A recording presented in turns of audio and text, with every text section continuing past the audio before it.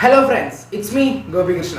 അപ്പോൾ നമ്മൾ ഇന്നത്തെ വീഡിയോയുടെ ടോപ്പിക് എന്ന് പറയുന്നത് നമ്മുടെ സ്മാർട്ട് ഫോൺ നമ്മൾ പലപ്പോഴും പല രീതിയിലാണ് ഫോൺ ചാർജ് ചെയ്യുന്നത്. അതായത് ഫാസ്റ്റ് ചാർജ് യൂസ് ചെയ്ത് ചാർജ് ചെയ്യുന്നവരുണ്ട്, അല്ലാതെ പവർ ബാങ്ക് യൂസ് ചെയ്ത് ചാർജ് ചെയ്യുന്നവരുണ്ട്.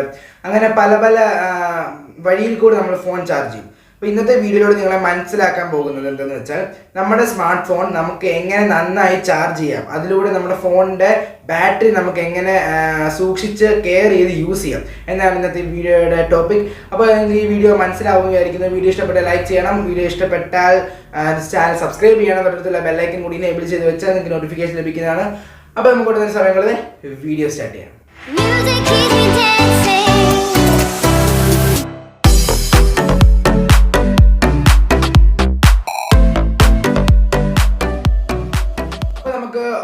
ആദ്യം നമ്മുടെ ഫോൺ വാങ്ങിക്കുമ്പോൾ തൊട്ടുള്ള അത് വെച്ച് തുടങ്ങാം. ആദ്യം നമ്മൾ ഫോൺ ഇപ്പോൾ വാങ്ങിക്കും. നമ്മൾ ഒരു ഫോൺ വാങ്ങിച്ചു കഴിഞ്ഞാൽ പലരും നേരത്തെ ഉള്ളവർ പറഞ്ഞു കേട്ടിട്ടുണ്ട്, നമ്മുടെ ഫോൺ വാങ്ങിക്കുമ്പോൾ ഉടനെ നമ്മൾ യൂസ് ചെയ്യരുത്, അത് 100% ചാർജ് ആവണം, അല്ലെങ്കിൽ 4 മണിക്കൂർ ചാർജ് ഇടണം, ചാർജ് ഇട്ടതിന് ശേഷം മാത്രമേ യൂസ് ചെയ്യാവൂ എന്നൊക്കെ നമ്മൾ പറഞ്ഞു കേട്ടിട്ടുണ്ട്.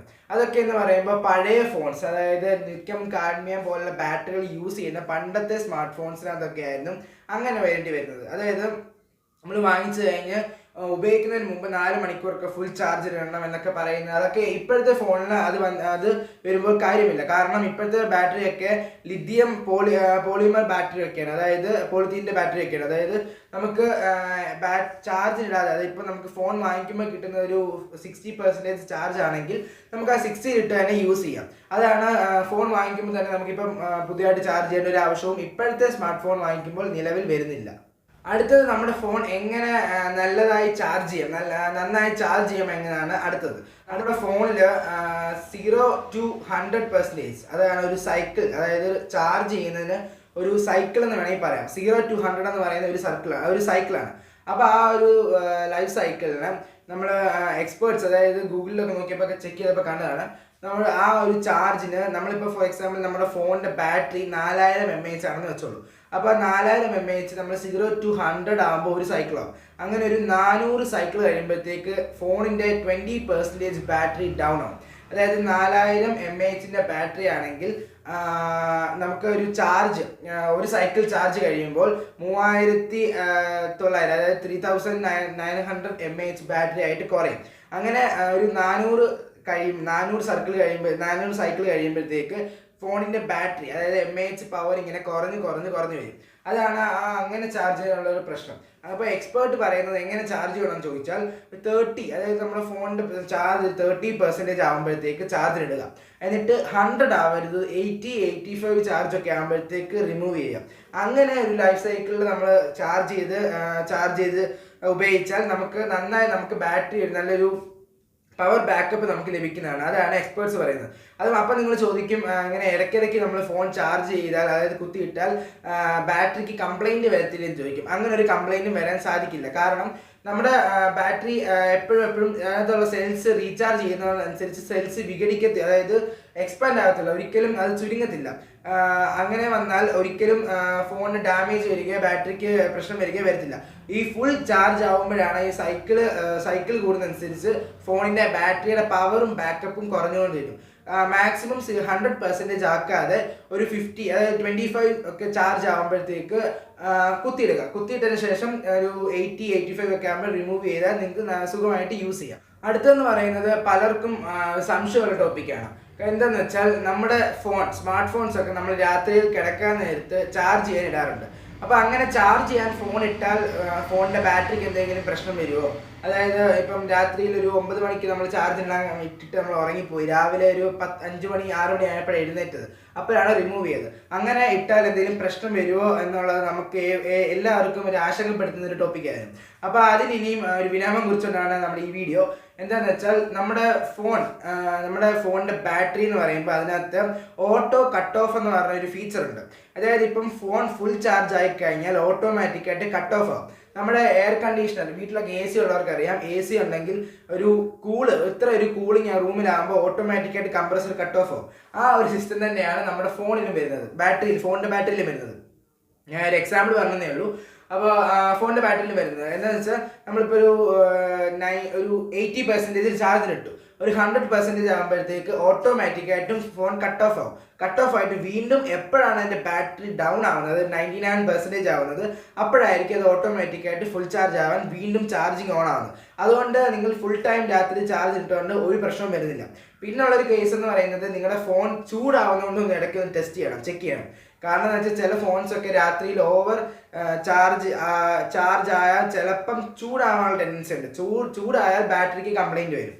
അതുകൊണ്ട് മാക്സിമം നിങ്ങൾ ഒഴിവാക്കാം. പക്ഷേ ഒരു ജനറലായിട്ട് ഇപ്പം ഫോർ എക്സാമ്പിൾ ഉറങ്ങിപ്പോയാൽ പോലും അങ്ങനെ വലിയ പ്രശ്നം ഉണ്ടാവാൻ ചാൻസ് ഇല്ല. പിന്നെ അടുത്തതെന്ന് പറയുന്നത് നമ്മുടെ ഫോൺ ചാർജ് ചെയ്തുകൊണ്ട് ഉപയോഗിക്കാൻ പറ്റുമെന്ന് ഒത്തിരി പേര് ചോദിച്ചിട്ടുണ്ട്. അപ്പോൾ ചാർജ് ചെയ്തുകൊണ്ട് ഉപയോഗിക്കാൻ പറ്റുമെന്ന് ചോദിച്ചാൽ ഉപയോഗിക്കാം, ബട്ട് ഒരു പരിധി വരെ മാത്രം ഉപയോഗിക്കാം. കാരണം എന്താ വെച്ചാൽ നമ്മുടെ ഫോൺ ചൂടാവുന്നില്ല എന്ന് ഉറപ്പ് വരുത്തിയിട്ട് മാത്രം ചാർജ് ചെയ്തുകൊണ്ട് യൂസ് ചെയ്യാം. ഇപ്പം ചാർജ് ചെയ്തുകൊണ്ട് ഗെയിം കളിക്കുന്നവരുണ്ട്, ചാർജ് ചെയ്തുകൊണ്ട് സിനിമ കാണുന്നവരുണ്ട്, അതിനൊന്നും കുഴപ്പമില്ല. പക്ഷെ നിങ്ങളുടെ ഫോൺ ഹീറ്റ് ആവുന്നതുകൊണ്ടൊന്ന് ശ്രദ്ധിച്ചിട്ട് നിങ്ങളത് യൂസ് ചെയ്യുക. കാരണം ബാറ്ററിക്ക് എപ്പോഴും ഹീറ്റ് ആവുന്നത് ബാറ്ററിക്ക് ദോഷമാണ്. ബാറ്ററി ഹീറ്റ് ആകുമ്പോൾ അതിൻ്റെ സെൽസ് ഡാമേജ് ആവാൻ നല്ല അധികം ചാൻസ് ഉണ്ട്. അതുകൊണ്ട് നിങ്ങൾ ഹീറ്റ് ആവുന്നില്ല, കൂളായിട്ടാണ് ഫോൺ ഇരിക്കുന്നതെങ്കിൽ നിങ്ങൾ ഉറപ്പായിട്ട് യൂസ് ചെയ്ത് ഒരു കുഴപ്പമില്ല. പിന്നെ ചാർജ് ചെയ്തിട്ട് കോൾ ചെയ്യുന്നതിനോട് ഞാൻ യോജിക്കുന്നില്ല. കാരണം ഫോൺ ചാർജ് ചെയ്തുകൊണ്ട് കോൾ ചെയ്യുമ്പോൾ നെറ്റ്വർക്കിൻ്റെ ഒരു ഡിഫ്ലാക്ച്വേഷൻ ഒക്കെ വരുമ്പോൾ മേ ബി ഫോൺ ക്രാക്ക് ആവും. അതായത് നമുക്ക് പവർ സർക്യൂട്ടൊക്കെ വേണമെങ്കിൽ ഒന്ന് ക്രാക്ക് ആവാൻ വേണ്ടി സാധ്യതയുണ്ട്. അപ്പോൾ നിങ്ങൾ മാക്സിമം ഫോൺ ചാർജ് ചെയ്തുകൊണ്ട് യൂസ് ചെയ്യാതിരിക്കുക, അതാണ് അതിനകത്ത്. പക്ഷേ ഫോൺ ചൂടാവുന്നില്ല, കൂളായിട്ട് തന്നെ ഇരിക്കുന്നതെങ്കിൽ നിങ്ങൾക്ക് ധൈര്യമായിട്ട് ചാർജ് ചെയ്തുകൊണ്ട് യൂസ് ചെയ്യാം. ഈവൻ ഫോൺ വിളി ഒഴിച്ച് മാത്രം യൂസ് ചെയ്യാം. നമ്മൾ പലരും smart phone fast charge use ചെയ്ത് ചാർജ് ചെയ്യുന്നവരാണ്. അപ്പോൾ നമുക്കറിയാം ഫാസ്റ്റ് ചാർജ് യൂസ് ചെയ്യുമ്പോൾ സ്വാഭാവികമായിട്ട് നമ്മുടെ ഫോണിൽ സ്മാർട്ട് ഫോൺസിനകത്തൊക്കെ ചെറിയ രീതിയിലുള്ള ഹീറ്റിംഗ് ഒക്കെ വരും. കാരണം ഈ ഫാസ്റ്റ് ചാർജിൻ്റെ ജോലി തന്നെ ഹൈ വോൾട്ടേജിൽ ചാർജ് പെട്ടെന്ന് കയറ്റുക തന്നെയാണല്ലോ. അപ്പോൾ ചെറിയൊരു ഹീറ്റിംഗ് വരാൻ ചാൻസ് ഉണ്ട്. നിങ്ങളിപ്പം വീട്ടിലാണ് നിൽക്കുന്നതെങ്കിൽ, വീട്ടിലാണ് നിൽക്കുന്നത്, അത്യാവശ്യം വെളിയിലൊന്നും പോകണ്ട, ചാർജ് ഇട്ടേക്കുവാണ്, ജോലിയാണ്, അപ്പോൾ അങ്ങനത്തെ കേസിലൊക്കെ നിങ്ങൾ മാക്സിമം ഫാസ്റ്റ് ചാർജ് യൂസ് ചെയ്യാതിരിക്കാൻ ശ്രമിക്കുക. കാരണം നോർമൽ ചാർജറാണ് എപ്പോഴും നമ്മുടെ ഫോണിൻ്റെ ബാറ്ററിയുടെ ഹെൽത്തിന് നല്ലത്. അപ്പോൾ ഫാസ്റ്റ് ചാർജ് യൂസ് ചെയ്യുമ്പോൾ നമുക്ക് എപ്പോഴും ഹീറ്റിംഗ് വരാം. ഹീറ്റിംഗ് വരുമ്പോൾ ഫോണിന് ഡാമേജ് വരും. അതായത് ഫോണിൻ്റെ ബാറ്ററിക്ക് ബാറ്ററി ലോസ് ആവാൻ സാധ്യതയുണ്ട്, ബാക്കപ്പ് കുറയും. എന്നാലും ഫാസ്റ്റ് ചാർജ് ചെയ്യുന്നതിൽ ഒരു പ്രശ്നമില്ല. ഇപ്പോഴത്തെ ഫോൺസൊക്കെ ഫാസ്റ്റ് ചാർജ് അക്സെപ്റ്റ് ചെയ്യുന്ന ഫോൺസ് ആയതുകൊണ്ട് ഒരു കുഴപ്പം വരുന്നില്ല. എന്നാലും നിങ്ങൾ മാക്സിമം വീട്ടിലൊക്കെ ഇരിക്കുന്ന സമയമാണെങ്കിൽ അത്യാവശ്യം ഫാസ്റ്റ് ചാർജിൻ്റെ ഗുണം തന്നെ പെട്ടെന്ന് ചാർജ് ആവുക, യൂസ് ചെയ്യുക, അത് തന്നെയാണല്ലോ. വീട്ടിലിപ്പം വെറുതെ ഇരിക്കുന്ന സമയമാണെങ്കിൽ നമ്മൾ ഫോണിൻ്റെ ബാറ്ററി നമുക്ക് സെറ്റിംഗ്സിൽ പോയി അതിൻ്റെ ഫാസ്റ്റ് ചാർജർ ഓഫ് ചെയ്തിട്ട് ഫാസ്റ്റ് ചാർജർ അല്ലാതെ മോഡിൽ നമുക്ക് ചാർജ് ചെയ്യാവുന്നതാണ്. അതൊക്കെ നോക്കിയാൽ കെയർ ചെയ്ത് യൂസ് ചെയ്യുന്നവരാണെങ്കിൽ ഉറപ്പായിട്ടും നമുക്ക് ബാറ്ററിയുടെ ബാക്കപ്പ് ഒരു പരിധി വരെ നമുക്ക് സൂക്ഷിച്ച് വെക്കാം. പിന്നെ എല്ലാവരും ചോദിക്കുന്ന ഒരു കാര്യമായിരുന്നു നമ്മുടെ ഫോൺ വേറെ, അതായത് ഇപ്പോൾ എൻ്റെ സാംസങ്ങിൻ്റെ ഫോണിന് ഞാൻ ലെനോവയുടെ ചാർജറിട്ട് ചാർജ് ചെയ്താൽ കുഴപ്പമുണ്ടോ, ഞാൻ റെഡ്മിയുടെ ചാർജറിട്ട് ചാർജ് ചെയ്താൽ കുഴപ്പമുണ്ടോ, അങ്ങനെയൊക്കെയുള്ള ഡൗട്ട്സ് ഒക്കെ ഉണ്ടായിരുന്നു. അത് ക്ലിയർ ചെയ്തുകൊണ്ടുള്ള കാര്യമാണ് അടുത്ത് പറയാൻ പോകുന്നത്. അതായത് നമ്മുടെ ഫോൺ ഏത് ബ്രാൻഡിൻ്റെ ആയിക്കോട്ടെ ഒരു കുഴപ്പമില്ല, ഏത് ബ്രാൻഡിൻ്റെ നമുക്ക് യൂസ് ചെയ്ത് ചാർജ് ചെയ്യാം. പക്ഷേ ഉള്ള പ്രശ്നം എന്ന് വെച്ചാൽ ഇപ്പം ഞാൻ എൻ്റെ ഫോണിൻ്റെ ആണെങ്കിൽ നമുക്ക് കാണാൻ സാധിക്കും ഇതിനകത്ത് ട്രാവൽ അഡാപ്റ്റർ, ഇതിനകത്ത് റേറ്റിംഗ് എഴുതിയിട്ടുണ്ട്. ഓരോ ചാർജറിനും ഓരോ ഫോണിനേക്ക് വേണ്ടി റേറ്റിംഗ് എഴുതിയിട്ടുണ്ട്.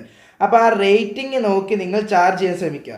അതെന്താണെന്ന് വെച്ചാൽ നമ്മുടെ ഫോണിൽ ഇപ്പം എൻ്റെ ഫോണിൽ വരികയാണെങ്കിൽ റേറ്റിംഗ് 2 ആംപിയർ 5 വോൾട്ട് 2 ആംപിയർ ആണ് അതിൻ്റെ ഫോണിൻ്റെ ബാറ്ററിയുടെ കപ്പാസിറ്റി, ചാർജ് ചെയ്യാനുള്ള കപ്പാസിറ്റി.